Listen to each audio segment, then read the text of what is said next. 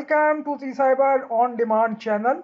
मैं हूं बारिक वजाहत और अभी हम एक सर्टिफिकेशन जो है सिस्को की तरफ से ऑफ़र है CCNA साइबर ऑप्स, उसको हम कवर करेंगे।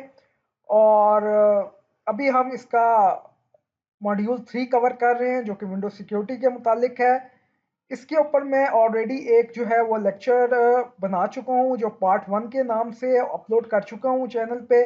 आज उसी विंडो सिक्योरिटी को पार्ट 2 को हम करेंगे, मॉड्यूल 3 को, और इस सर्टिफिकेशंस का नाम है CCNA साइबर ऑप्स।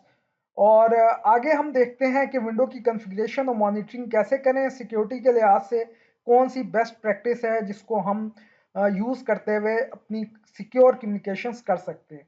बेहतरीन सिक्योरिटी की प्रैक्टिस ये है कि आप कभी भी अपने विंडो में एडमिनिस्ट्रेटर के अकाउंट से लॉगिन ना हो, और कोई एप्लीकेशन अगर आपने रन करनी है जिसको एडमिनिस्ट्रेटर की प्रिविलेज चाहिए है तो उस एप्लीकेशन पे राइट क्लिक करें और उसको रन एज एडमिनिस्ट्रेटर करें और एडमिनिस्ट्रेटर का पासवर्ड देकर जो है उसको रन करें। इसका एक फ़ायदा ये होगा कि जो सी भी आप एप्लीकेशन रन करेंगे उसका आपको इल्म होगा और आप मैनुअली खुद उस एप्लीकेशंस को जो है वो रन कर सकेंगे और आपको पता होगा। और कोई भी मिलीशियस किस्म का सॉफ्टवेयर, एप्लीकेशंस, ट्रोजन वायरस वो एज अ एडमिनिस्ट्रेटिव प्रिविलेज के रन नहीं होगा। तो ये बेहतरीन प्रैक्टिस है। तो इसी के साथ हम इसका प्रैक्टिकल भी कर लेते हैं कैसे हम अपना अकाउंट क्रिएट करें। जिस पीसी पे राइट क्लिक करें, मैनेज में चले जाएं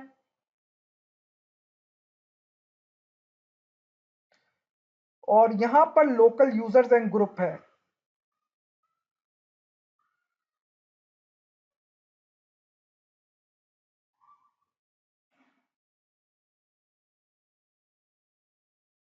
लोकल यूजर एंड ग्रुप्स, यहाँ पे यूजर्स में क्लिक करें तो तमाम यूजर्स एडमिनिस्ट्रेटर्स आप यहाँ से मैनेज कर सकते हैं। और आपने अब नया यूजर क्रिएट करना है तो न्यू यूजर्स में क्लिक करें और यहाँ पर एक अपना यूजर्स बना लें। जैसे मैं यहाँ पे बनाता हूँ,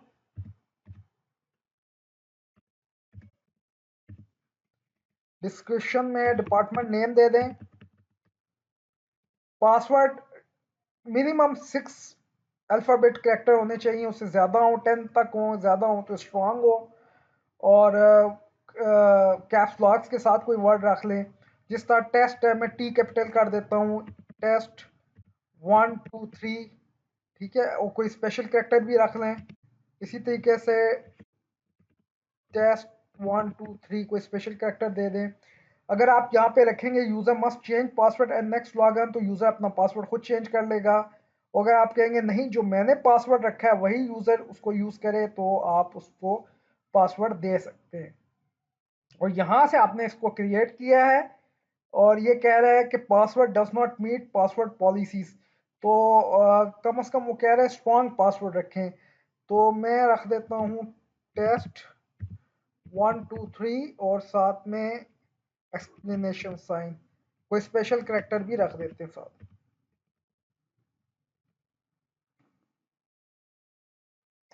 तो ये एक यूज़र क्रिएट हो गया अदील का। अब मैंने इस अदील के यूज़र के साथ अपने विंडो में लॉगिन करना है, एज अ एडमिनिस्ट्रेटर लॉगिन नहीं करना। एडमिनिस्ट्रेटर का भी सेट पासवर्ड करके आप उसको अपने पास रख लें पासवर्ड। जिस तरीके से मैं इसका पासवर्ड सेट कर देता हूँ,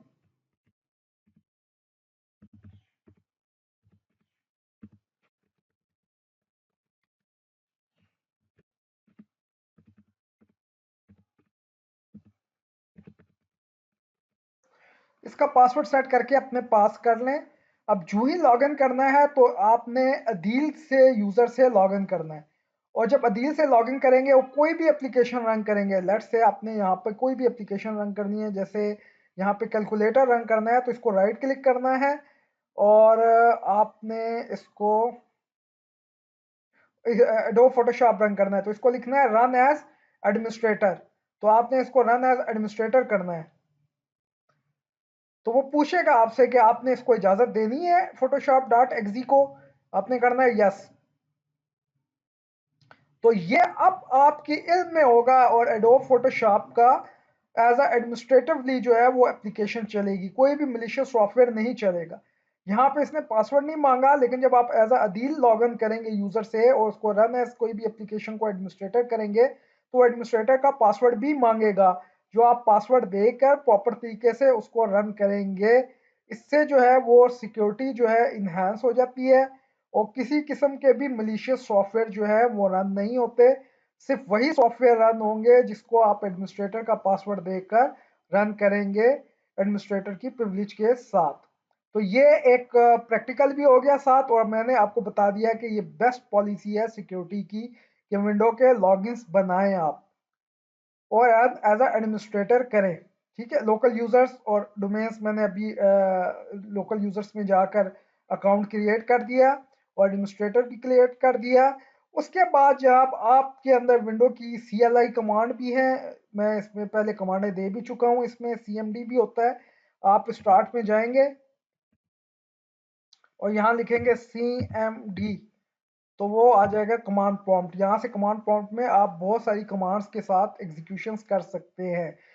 और उसके बाद आपने यहाँ पर इसके अंदर एक पावर शेल भी दिया होता है विंडो के अंदर, जो कि आप उसको यूज़ कर सकते हैं कोई स्क्रिप्ट लिखने के लिए, अपने टास्क को ऑटोमेट करने के लिए। और आपको CLI भी प्रोवाइड करता है, उसमें कमांड्स भी दे सकते हैं। इसके अंदर जो मुख्तलिफ पावर शेल्स के अंदर आपको कमांड्स अवेलेबल है, उसमें सबसे पहले है CMD let's. These commands perform an action and return an output of project to the next command that will be executed. उसके बाद आप PowerShell स्क्रिप्ट लिख सकते हैं जिसको आप सेव कर सकते हैं .ps1 एक्सटेंशन के साथ। PowerShell के फंक्शन यूज कर सकते हैं। PowerShell एक पूरी प्रोग्रामिंग लैंग्वेज है जिसको स्क्रिप्टिंग प्रोग्रामिंग लैंग्वेज कहते हैं, जिससे आप अपने जितने भी टास्क हैं उसको ऑटोमेट कर सकते हैं। और यहाँ पे मैं सर्च करवाता हूँ पावर विंडो पावर शेल, ये नीचे आ रहा है विंडो पावर शेल, इस पर आपने क्लिक करना है। तो ये विंडो के अंदर पावर शेल मौजूद है, ये ओपन हो चुका है। और यहाँ पे आप देखें कमांड दे सकते हैं, आप यहाँ पे लिखे कमांड dir में लिखता हूँ। ठीक है, तो तमाम डायरेक्टरीज जो हैं सी यूजर्स बारिक के अंदर उसने हमें शो कर दी है। और यहाँ पे मैं अगर लिखता हूँ गेट हेल्प, ठीक है, तो तमाम हेल्प्स इसके साथ मुझे आ जाती हैं कमांड्स की, और मैं हेल्प ले सकता हूँ। तो ये एक पावर शेल्स है जिसके अंदर हम स्क्रिप्टिंग कर सकते हैं। आगे है विंडो मैनेजमेंट इंस्ट्रूमेंटेशन। ये यूज होता है रिमोट कंप्यूटर को मैनेज करने के लिए। ये इंफॉर्मेशन अबाउट कंप्यूटर के कंपोनेंट्स, हार्डवेयर, सॉफ्टवेयर स्टैटिक्स, उसकी हेल्थ को रिमोट कंप्यूटर के साथ हम मैनेज कर सकते हैं। और इसके अंदर आप एडमिनिस्ट्रेटिव टूल्स के अंदर जाकर कंप्यूटर मैनेजमेंट में जाकर आप WMI कंट्रोल आइकन की प्रॉपर्टीज जो है वो ओपन कर सकते हैं। वो मैं भी राइट क्लिक करें, आप यहाँ पर मैनेज में चले जाएं और यहाँ पे देखें आप सर्विस एंड एप्लीकेशंस, ये है WMI कंट्रोल। यहाँ पे configure and control the window management estimation services, यहाँ पे आप कंट्रोल कर सकते हैं, मैनेज कर सकते हैं यहाँ से।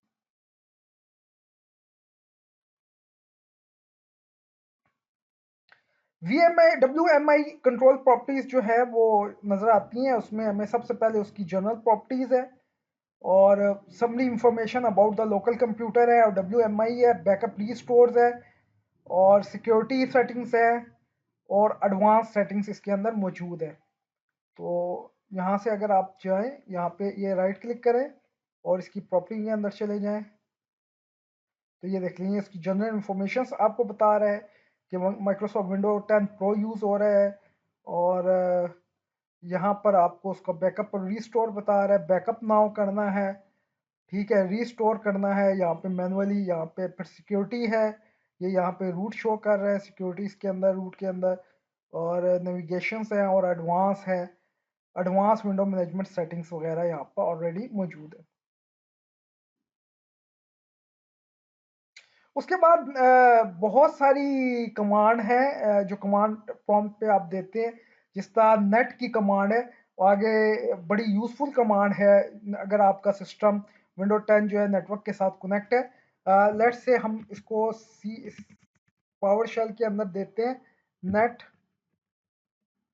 और मैं हेल्प लिखता हूँ, तो वो मुझे इस कमांड की हेल्प दे रहा है कि net account, net computers, net configuration, net continue, net file, knit group, net helps, different किस्म की जो है उसने जितनी कमांड्स वो यूज़ होंगी उसकी जो है वो हमें हेल्प उसने ऑलरेडी दे दी है।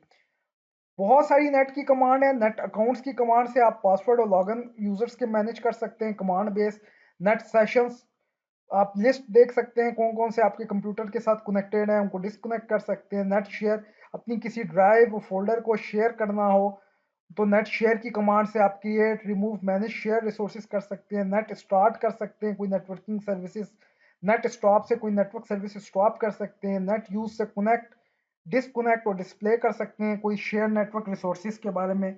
और नेट व्यूज के जरिए से आप तमाम कंप्यूटर और नेटवर्क डिवाइसेस नेटवर्क के ऊपर जो है वो उनको देख सकते हैं। इसके अलावा अपनी मॉनिटरिंग के लिए आप टास्क मैनेजर और रिसोर्स मॉनिटर्स यूज कर सकते हैं।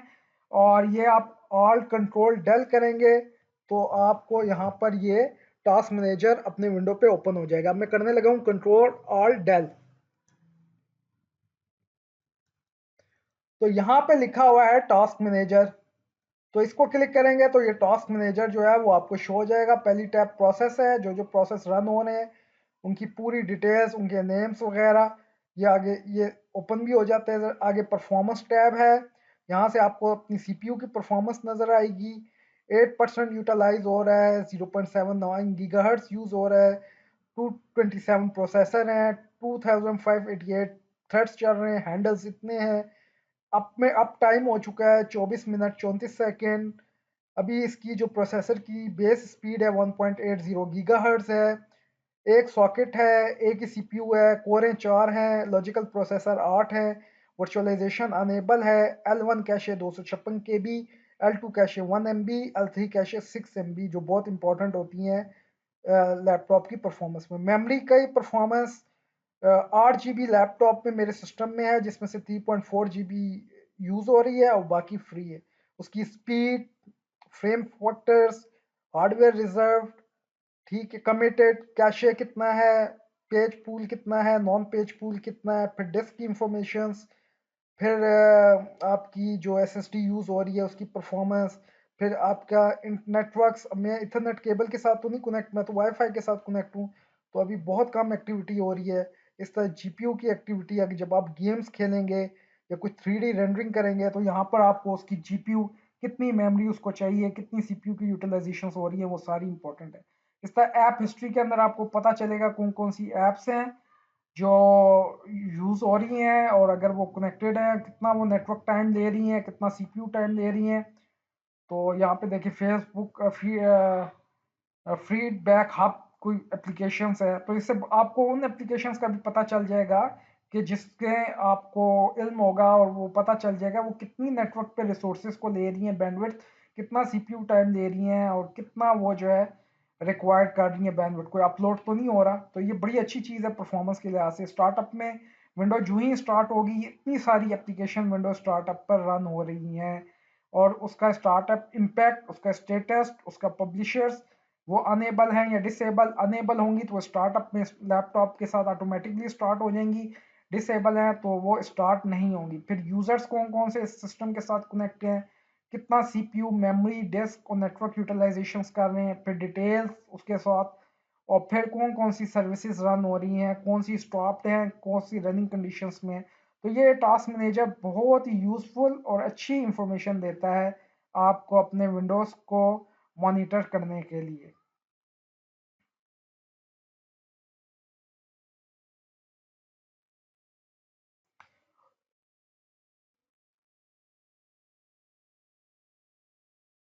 उसके बाद आपने अपने नेटवर्क की सेटिंग्स भी आप कर सकते हैं। वो आप राइट क्लिक करें अपने नेटवर्क के ऊपर, open network internet connection use कर लें। मेरे लैपटॉप में वाईफाई है तो मैं वाईफाई को क्लिक करता हूँ। यहाँ पे आप जाएं चेंज अडाप्टर ऑप्शंस में, और यहाँ पर आप राइट क्लिक करके उसके स्टेटस में जाकर इंफॉर्मेशन ले सकते हैं, जो जो आईपी एड्रेसेस असाइन है। और वायरलेस की प्रॉपर्टीज़ के ऊपर जाकर आप उसके ऊपर इंफॉर्मेशन ले सकते हैं। प्रॉपर्टी में जाकर आप उसकी आईपी एड्रेस की कॉन्फ़िगरेशंस वगैरह को कॉन्फ़िगर कर सकते हैं प्रॉपर तरीके से। Obtain IP address automatically, obtain DNS server address automatically, और यहाँ पर इसको आप यहाँ पर क्लोज कर दें। तो ये भी एक अपने नेटवर्क्स को मॉनिटर करना या कॉन्फ़िगर करना एक इम्पॉर्टेंट है। फिर एक बहुत इंपॉर्टेंट कमांड है, वो है एनएस लुकअप और नेट स्टैट की। डोमेन नेम सिस्टम के बारे में मैं आपको बताऊं कि जितनी भी वेबसाइट्स हैं और नेटवर्क हैं वो आईपी एड्रेस पे रन हो रहे होते हैं, लेकिन हम आईपी एड्रेस को याद नहीं रख सकते। हम नामों को आसान याद रख सकते हैं, yahoo.com, google.com, hotmail.com। तो एक सिस्टम है जो रिजॉल्व करवाता है हमें, हम नाम देते हैं उसको, हमें वो उसका आईपी दे देता है और हम उसके साथ कनेक्ट हो जाते हैं। तो एनएस लुकअप की कमांड जो है वो डीएनएस को टेस्ट करने के लिए यूज होती है। और लेट्स से मैं इस कमांड को एग्जीक्यूट करके भी, प्रैक्टिकल करके भी दिखा देता हूँ। लेट्स से मैं यहाँ देता हूँ एनएस लुकअप और देता हूँ सिस्को डॉट कॉम। ठीक है, तो ये उसका आंसर आ गया, रिजॉल्व करवा लिया सक्सेसफुली। उसके बाद नेट स्टैट की कमांड है। इसको, अच्छा, ये कमांड आप पावर शेल में भी दे सकते हैं और सीएमडी में भी दे सकते हैं कमांड। तो मैं सीएमडी ओपन करता हूँ, वहां कमांड देता हूँ नेट स्टैट। तो वो एक्टिव कनेक्शंस बता देगा, कौन सा प्रोटोकॉल है, लोकल आईपी कौन सा है, कॉलन के बाद पोर्ट एड्रेस है, फॉरेन एड्रेस कौन सा है, पोर्ट एड्रेस कौन सा है, स्टेट उसकी क्या है, एस्टेब्लिश, यानी उसके साथ कनेक्शन जो है वो एस्टेब्लिश हो चुका है। ठीक है, अब ये आईपी एड्रेसेस है और ये आगे जिसके साथ कनेक्टेड है आईपी एड्रेस, रिमोट आईपी, और कौन सा प्रोटोकॉल है उसके साथ HTTPS 443 प्रोटोकॉल होता है, कनेक्शन एस्टेब्लिश है। तो पूरी डिटेल आपको नेट स्टैट की कमांड के जरिए से मिल सकती है और आपको ये पता चल सकता है कि आपके विंडो के साथ कौन कौन से रिमोट सिस्टम किसके साथ इस्टेब्लिश हैं। और यहाँ से आप ट्रबल शूटिंग भी कर सकते हैं, और कोई बंदा आपके सिस्टम को या विंडो को हैक कर रहा है तो उसका भी आप इंफॉर्मेशन को मॉनिटर कर सकते हैं कि किस सर्वर के साथ कनेक्शन एस्टेब्लिश है, किसके साथ नहीं है। तो ये भी एक बड़ी यूजफुल कमांड है net, NET, net STAT, net stat. और ये वो बता रहा है कि ये आईपी एड्रेस, आगे आपका पोर्ट एड्रेस, फिर किस फॉरेन एड्रेस के साथ कनेक्टेड है और कनेक्शन उसके साथ जो है ऑलरेडी एस्टेब्लिश है। तो ये बड़ी यूजफुल कमांड्स हैं नेट स्टैट की। अच्छा, कुछ इसके बारे में बहुत सारी एप्लीकेशंस नेटवर्किंग की है, वेब है, ईमेल है, फाइल सर्विसेज है। फाइल सर्विसेज का जो एक प्रोटोकॉल यूज होता है उसको हम कहते हैं server message block protocol, SMB, जिससे शेयरिंग होती है रिसोर्सेज की। मैं थोड़ा सा प्रैक्टिकल करके बता भी दूं आपको शेयरिंग का, कि आप अपने फोल्डर और ड्राइव को कैसे शेयर करते हैं। आपने दिस पीसी में जाना है, इसको ओपन कर लेना है। अब लेट्स से मैं ये ड्राइव शेयर करना चाहता हूँ, तो राइट क्लिक करेंगे, प्रॉपर्टी में जाएंगे और यहाँ पे शेयरिंग लिखा होगा, ये शेयरिंग। तो यहाँ से आपने एडवांस शेयरिंग में जाकर इसको शेयरिंग खत्म करना है तो अनचेक कर लें, शेयरिंग करनी है तो आप इसको चेक बॉक्स को ऑन कर दें, तो ये शेयर हो जाएगी आपकी ड्राइव। प्रोटोकॉल जो यूज होगा वो होगा SMB, सर्वर मैसेज ब्लॉक। तो इस तरीके से आप शेयर करें अपनी ड्राइव, और नेटवर्क पे कहीं से भी लोग जो है वो डाटा जो है वो एक्सेस हो सकता है प्रॉपर तरीके से।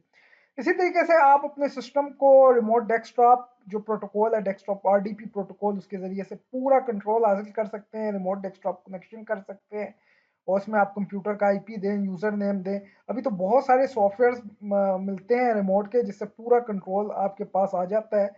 बेशुमार किस्म के इंटरनेट के प्रोटोकॉल्स हैं जिसके ज़रिए से आप अपने नेटवर्क को, अपने लैपटॉप को रिमोटली एक्सेस कर सकते हैं।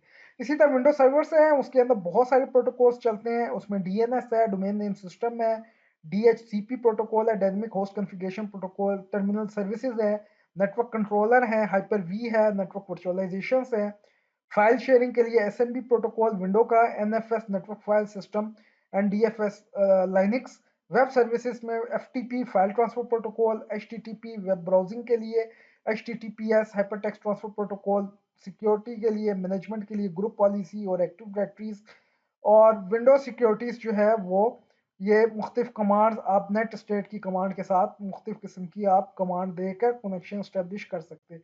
नेट स्टेट के साथ आप -ABNO भी कर सकते हैं कि अगर आपने कोई TCP कनेक्शन देखना है, उसको एनालाइज करना है, कोई सस्पिशियस प्रोग्राम को पकड़ना है, कोई इनकमिंग पोर्ट पे है, तो आप ये नेट स्टेट के बाद -ABNO भी यूज कर सकते हैं। तो करते हैं, यहाँ पे यहाँ पे स्पेस देनी है, -ABNO। अब वो कह रहा है ये जो कमांड है इसको, ये कमांड जो है वो एज अ एडमिनिस्ट्रेटर जो है वो प्रिविलेज मांगती है। तो वही थोड़ी देर पहले भी मैंने आपको बताया था कि जब भी आप CMD को ओपन करें तो इस पे आपने राइट क्लिक करना है और रन एज एडमिनिस्ट्रेटर यस कर देना है। तो ये एज अ एडमिनिस्ट्रेटर प्रिविलेज के रन होगा। और यहाँ पर अब हम देते हैं नेट स्टैट डैश ABNO। ठीक है, तो तमाम डिटेल्स के साथ ये इंफॉर्मेशन जो है ये चल, अभी पहले कमांड इसलिए नहीं चली कि वो एज अ कमांड प्रॉम्प्ट हमने एज एडमिनिस्ट्रेटर नहीं रन किया था, और अब जो हमने इसको रन किया है एज एडमिनिस्ट्रेटर तो डैश BNO चला है। तो जिसमें protocol, local IP, foreign IP, state listing, PID, process IDs वगैरह, ठीक है, और तमाम डिटेल के साथ आप इसकी इंफॉर्मेशन है। तो कोई भी मिलिशियस सॉफ्टवेयर आपने पकड़ना हो तो ये कमांड आप इसको दे सकते हैं। फिर आगे इवेंट व्यूअर है। इवेंट व्यूअर के जरिए से आप बहुत सारे इवेंट्स देख सकते हैं, एप्लीकेशन से रिलेटेड, सिक्योरिटी से रिलेटेड, सेटअप सिस्टम से रिलेटेड इवेंट व्यूअर को देख सकते हैं। ठीक है, विंडो अपडेट मैनेजमेंट सिस्टम है, अपने सिस्टम को हमेशा अपने सर्वर्स को अपडेट रखें प्रॉपर तरीके से ताकि किसी किस्म का कोई मिलिशियस ना हो। और लोकल सिक्योरिटी पॉलिसीज भी विंडो के अंदर मौजूद है जहाँ से आप अपनी सिक्योरिटीज़ को मैनेज कर सकते हैं प्रॉपर तरीके से और अप्लाई कर सकते हैं। ठीक है, ये मैं प्रैक्टिकल पार्ट 1 के अंदर बता चुका हूँ कि विंडो डिफेंडर को आपने हमेशा ऑन रखना है ताकि वो आप इसको वो रोक सके। और बहुत सारी और भी सिक्योरिटी की ऑर्गेनाइजेशंस है, मैकैफे है, सिमेंटिक है, कैस्परस्काई है, जो पूरी आपको मेलवेयर से और वायरस से प्रोटेक्शन परफॉर्म करते हैं। और आपको विंडो डिफेंडर जो है टर्न ऑन बाय डिफॉल्ट रखना चाहिए। इसी तरह फायरवॉल्स भी बता चुका हूँ, फायरवॉल्स भी आपको ऑन रखनी चाहिए। अब मैं आपको बताता हूँ इवेंट व्यूअर किस तरीके से आप इवेंट व्यूअर को जो है वो देख सकते हैं। राइट क्लिक करें, मैनेज में जाए, और यहाँ पर आपको नजर आएगा इवेंट व्यूअर। यहाँ से आप इवेंट व्यूअर जो है वो आप देख सकते हैं। और यहाँ पे आप कस्टम व्यूज के अंदर जाएं, ठीक है, और यहाँ पर आप विंडो लॉग्स में जाएं तो ये लॉग्स आपको तमाम बताएगा, एप्लीकेशन से रिलेटेड लॉग्स आपको बताएगा, उसका level, date, time, source, event ID, task category. अब यहाँ पे जितने भी इवेंट्स होंगे उनका ताल्लुक एप्लीकेशन से होगा, और सिक्योरिटी करेंगे तो जिनका ताल्लुक सिक्योरिटी से होगा इवेंट्स का वो आप मैनेज कर सकेंगे, सेटअप मैनेज कर सकेंगे। इसी तरह सिस्टम और फॉरवर्डेड इवेंट्स, अपने इवेंट्स को किसी सर्वर के ऊपर फॉरवर्ड सेंट्रलाइज भी कर सकते हैं जहाँ बड़े हाई एप्लीकेशन सॉफ्टवेयर चल रहे होते हैं। अब ये देखें, ब्लू में इंफॉर्मेशन नजर आई, डेट टाइम बताया उसने, सोर्स विंडो एरर रिपोर्टिंग है, इवेंट ID बताया। इस पर आप डबल क्लिक करेंगे तो आपको और तफसील के साथ बता देगा, फॉल्ट बकेट आया हुआ है इसमें, प्रॉब्लम सिग्नेचर ये आया है, और इवेंट ID है, इसको आप गूगल में सर्च भी करवा सकते हैं और डिटेल पे क्लिक कर सकते हैं। आप यहाँ पर पूरी डिटेल इंफॉर्मेशन आपको यहाँ पर अवेलेबल है, यहाँ पर पूरी डिटेल।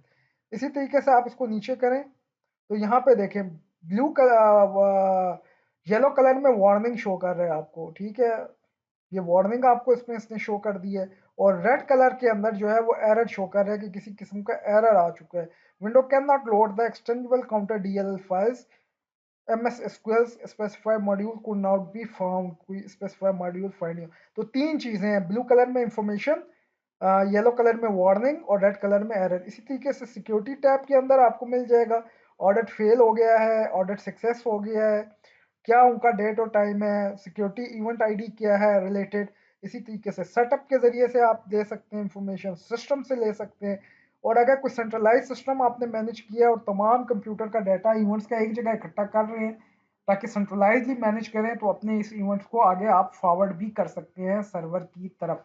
तो ये था साथ में थोड़ा सा प्रैक्टिकल पार्ट 2 विंडो की सिक्योरिटी के बारे में। आपने एज अ सिक्योरिटी एक्सपर्ट पूरी जितनी भी आपने क्लाइंट मशीनें इंस्टॉल करनी है, विंडो इंस्टॉल करनी है, उसको प्रॉपरली सिक्योर करना है, प्रॉपरली ये स्टेप प्रैक्टिकल लेने। इसका पार्ट 1 भी आप देख सकते हैं, और पार्ट 2 जो है ये था विंडोज सिक्योरिटी के बारे में। Thank you for watching. इसको शेयर भी करें और इसको यहाँ पर सब्सक्राइब भी करें। CCNA की कंप्लीट सर्टिफिकेशन की वीडियो मौजूद है चैनल पे, और ये दूसरी सर्टिफिकेशन हम कर रहे हैं CCNA साइबर ऑप्स